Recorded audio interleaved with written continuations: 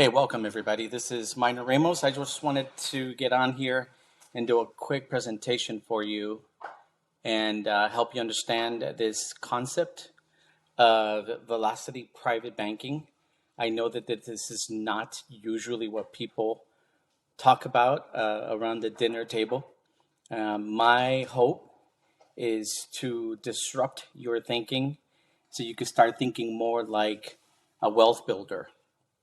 And so the concept of velocity banking basically tries to maximize your cash flow.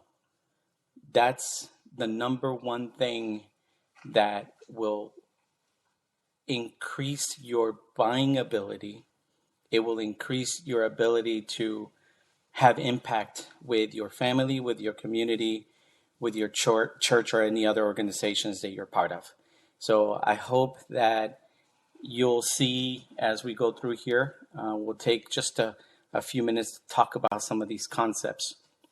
But I want to tell you that there's a lot of gurus out there that talk a lot about, how bad debt is.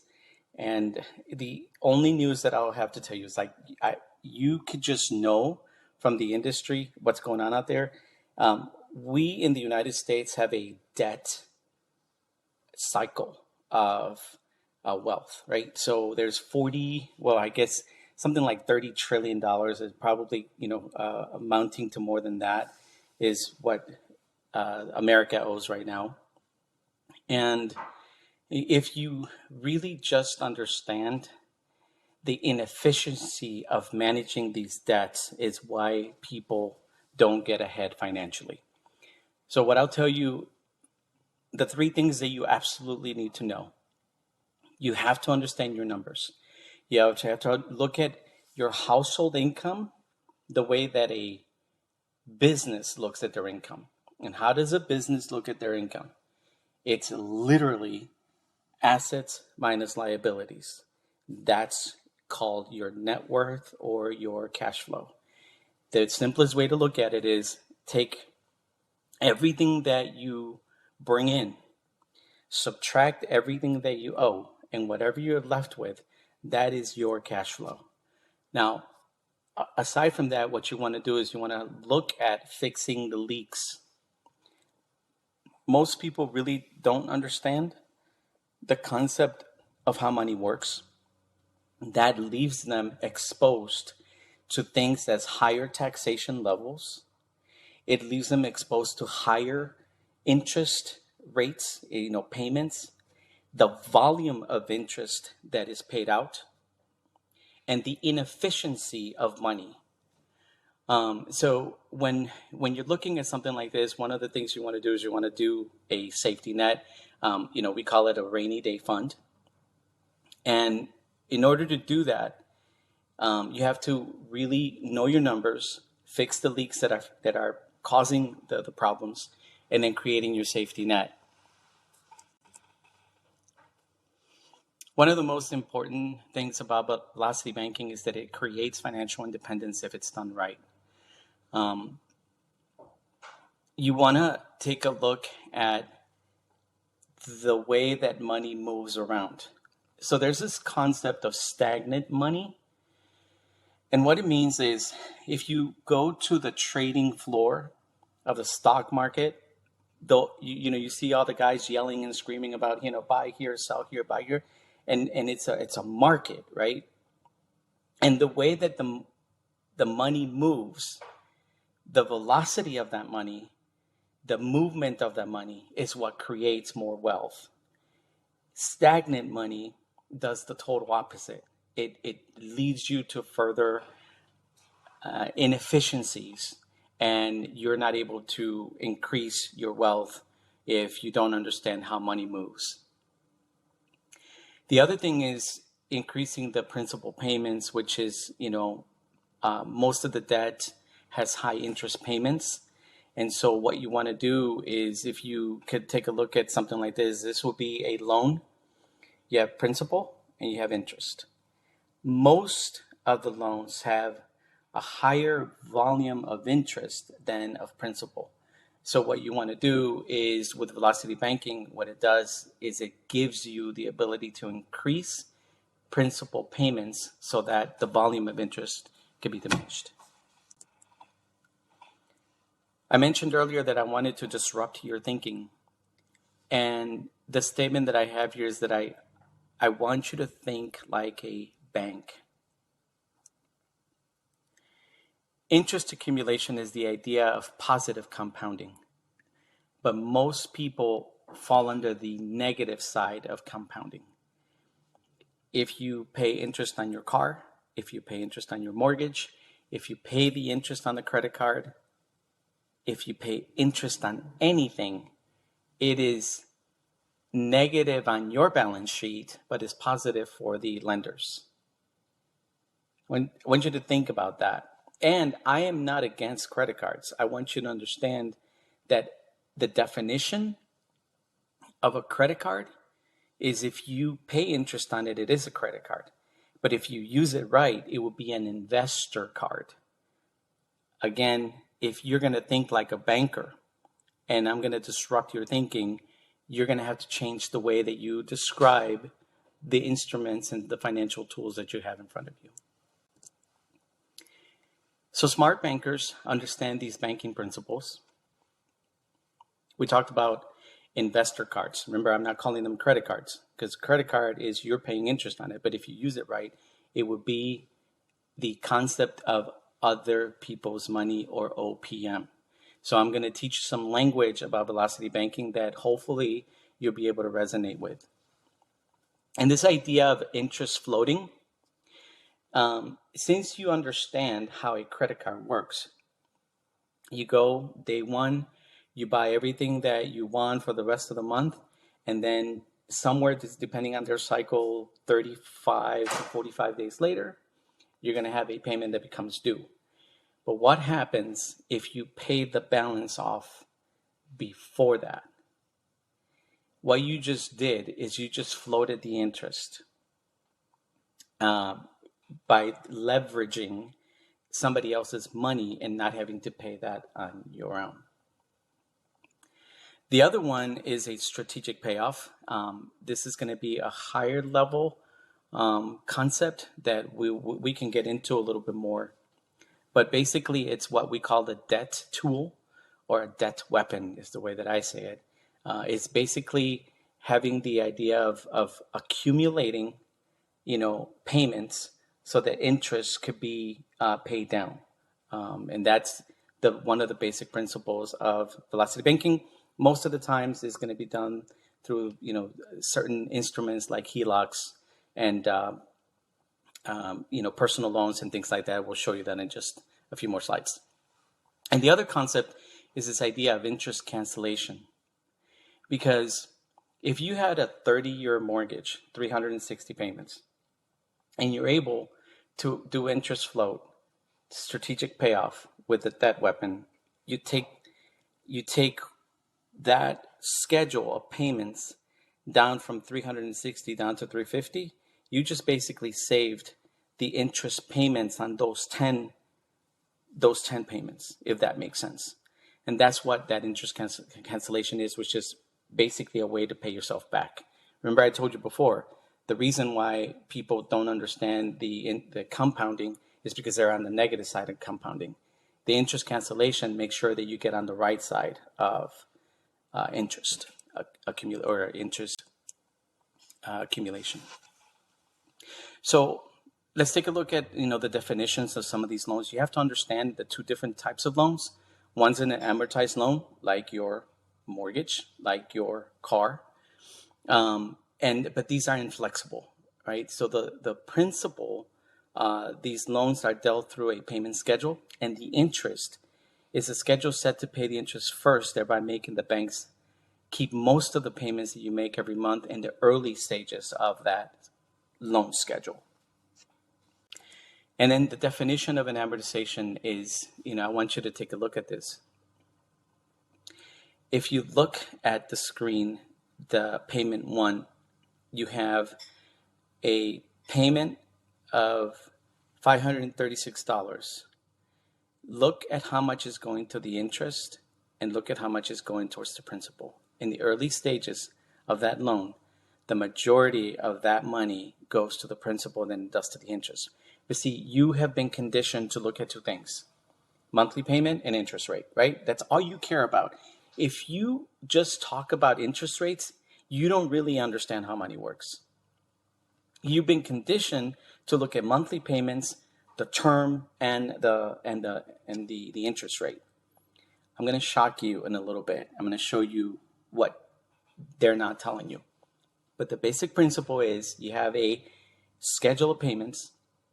It takes about 15 years before your monthly mortgage payments equal the amount of the interest. Ouch, right? We can look at that a little bit further, but I just wanted to, you need to understand where your pain is. If this is not painful for you, then none of this will make any sense at all. If you're comfortable with paying, interest rates, volumes of interest in the 60%, 70%, sometimes 80%, then if that's what you're comfortable with, then this is not for you. But if you want to understand what private, velocity banking is, you're going to need to understand this concept of this is where most of the money goes to. So I'm going to give you a tip. It's going to shock you. If you have closed on a home after 2015, you would have in your possession of all those documents that you have at the closing table something that's called your CD, or your closing disclosure. What I want you to look at is, here's an example of one of those documents. In those documents, people who are connected to that closing transaction will talk about the interest rate. They're going to say, look, here's your interest rate. They're going to talk about your monthly payment, and they're going to talk about the term. But what they won't show you, and test me on this, actually, I would be shocked if any of you have been told this. And if you have, do me a favor, get in touch with me. I'd love to know who's doing the right thing. I'd love to showcase them and let everybody know that, hey, listen, this lending institution is doing the right thing by informing their clients about what's really going on behind the scenes. This document is a law. You have to have this. So the reason it's a play on words, I said that I would give you a tip. It's actually the name of the document, or the amount. You see that bottom line, this is total interest percentage, or TIP. And you see the number that says 69%. That definition is the total amount of interest that you will pay over the loan term as a percentage of your loan amount. I didn't write that, the lender did. The legislation has required that the lenders disclose this to you. You have this in front of you if you have your documents. But the thing is that no one tells you exactly what this is, because most of the times, if people were in their right faculties, they would actually maybe even walk away from the closing table, because if they realized what they were getting themselves into, they would know that. So as you can see here, the total payments is $285,000.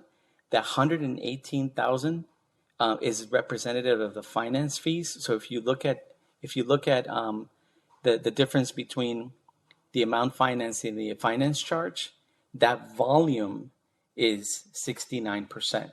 So don't tell me that your little 3%. Yeah, everybody wants 2.5%, and they cry because they see a 4% or a 5%. That's totally insignificant. Now, I understand no one's ever talked to you like this. I get it. I get no one's ever told you this. But like I told you before, I want you to think like a banker. I don't want you to be ruled by the banker. I want you to think like the banker. This is what the bankers do.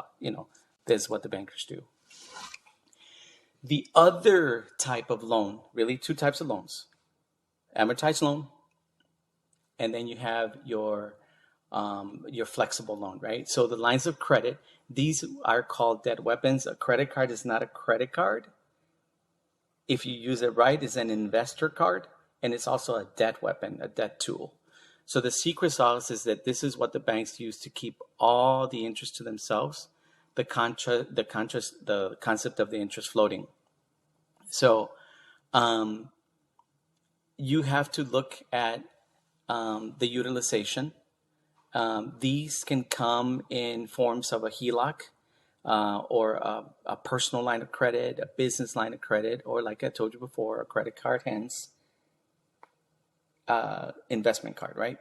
These are the tools that the banks have. These are the tools that you can use so you can have leverage. Remember that banks operate all of their financials on leverage. And so what you really want to think about, I wanted to do this very, very quickly.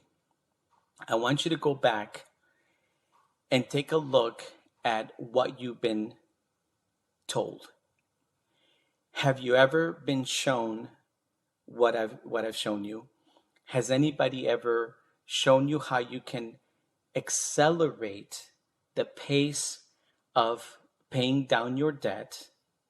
How you can use debt to gain more assets? And the definition of an asset is something that produces more income. Most people think that a home is an investment. It isn't if it doesn't give you any income. A car is not an investment if it doesn't give you any income. The things that give you income are cash flowing assets, like if you have an investment home that produces monthly income, if you have a business that is performing and that produces monthly income. Those are the kinds of things that you want to have more of. The majority of people have more of the other stuff, the liabilities, the kinds of things that eat up all of the assets. So remember, concept here, most people's what they have, home, car, furniture, credit cards, all of that, it falls on one side of the balance sheet. For you, it's a liability. For the lender, is an asset. Can you imagine if you could find a way that you can produce assets that produce cash flow so that you don't have to keep working and working, that 40-year program where you work and work and work and then you retire on 2/3 on what you were making before, not, having enough wealth, creation. So I hope that disrupts the way that you think. Our program is brought to you in partnership with the TKO agency. TKO is the financial marketing organization. This is the place that's bringing you all this information. We've partnered as the impact partner, where we are the TOC agency, the Throne of Champions agency, and then a dedicated Velocity Banking case manager that will be assigned to you by region to help you through this. So the Velocity Private Banking team is here to help you understand these principles, these concepts that are available to people that create wealth. We just need to get you on the right side of the balance sheet. My question to you would be this. Do you know right now, what is the date that you will be completely out of debt? Your mortgage paid off, your car paid off, everything that you owe on the side of the high interest, and how much of that can be then converted into more efficiently work for you to create assets so that you could create wealth. Here's an example of something that we can show you based on the information. If you know your numbers, where we help you fix the leak, we'll make sure that you understand how all this works. You're going to have the opportunity to see in real time when your freedom date is. I would love to show you your freedom date. I would love to see you getting ahead because you work hard for your money. And guess what? The banks are not on your side.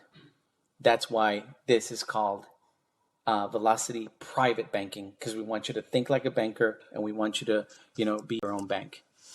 What are the next steps? Very simply, if this didn't resonate with you, maybe you want more information. We can schedule you to have more information if that's what you're looking for. Maybe you're just comfortable paying 60% interest on your mortgage and you don't want to do anything about it. That's totally fine, right? But if you want to do something about it and you want to change and you want to get on the right side of that balance sheet, you want to get on the side of the assets versus the liabilities, complete the interest form. There'll be some way for you to connect to that. Get your documents in order. Let's schedule a time to go over this with you, show you the benefits that you can get.